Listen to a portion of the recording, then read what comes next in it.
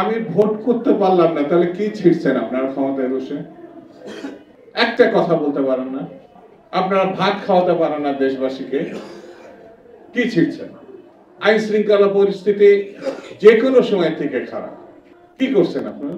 কেউ কেউ বলছে না আপনাদের কোন দলকে নির্বাচিত করা মানে ক্ষমতায় বসানোর জন্য আমরা আসি না, কি ছিড়তে আসছেন? হ্যাঁ, আপনাদের এইসব শিশুসুলভ কথাবার্তা বন্ধ করেন। আপনাদের ঘাড়ে পা দিয়ে আমরা ক্ষমতায় আসি না। আপনাদের জন্মেরও অনেক আগে বিএনপি 3-4 বার ক্ষমতায় আসছে।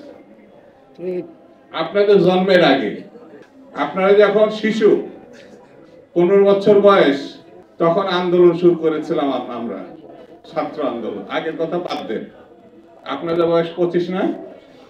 25 আর 15, সরি 15 আর 10 25 শিশু যখন ছিলেন আমার আন্দোলন শুরু করেছিলাম, গণতান্ত্রিক আন্দোলন।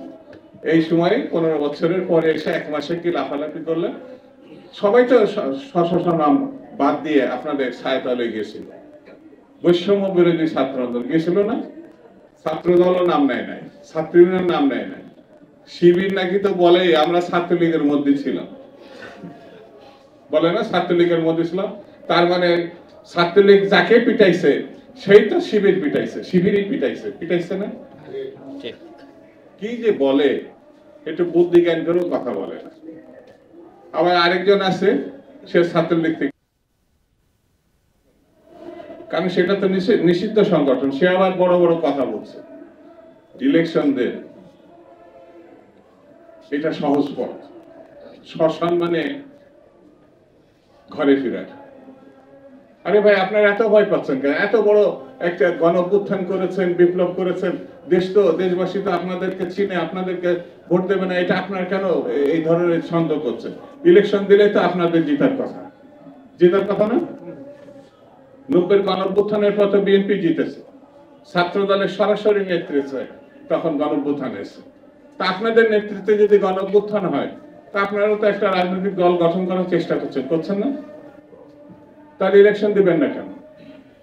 ইলেকশন দিলে তো জিতবেন। 14 সালে বিনা প্রতিদ্বন্দ্বিতায় একটি সরকার গঠন হয়েছে, একটা পার্লামেন্ট গঠন হয়েছে। যারা করেছে, যে নির্বাচন কমিশন এবং প্রশাসক হিসাবে যারা বিভিন্ন ডিসি ছিলেন, তারা কিন্তু পদে আছে।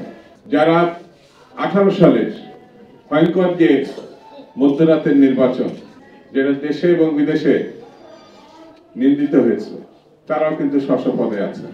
24 সালের 7 জানুয়ারি যে নির্বাচন, তারাও সেই পদে আছে। তাহলে এই পরিবর্তনের পর যারা নেতৃত্বের আসনে আসলেন সরকারে, তারা কি ছিলেন? আমি ছোট্ট একটা গল্প বলি, আজকে বক্তৃতা করে সবটা বোঝানো যাবে না।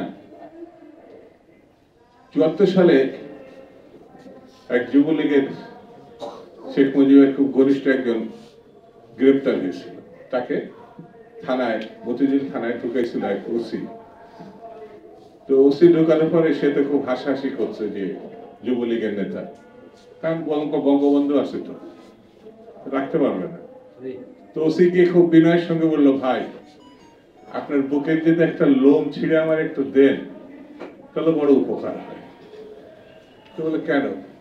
পরে আমি বলবো। লোমটা সে ছিঁড়ে তাকে দিল, সে পকেটের মধ্যে, খামের মধ্যে পকেটে রেখে দিল।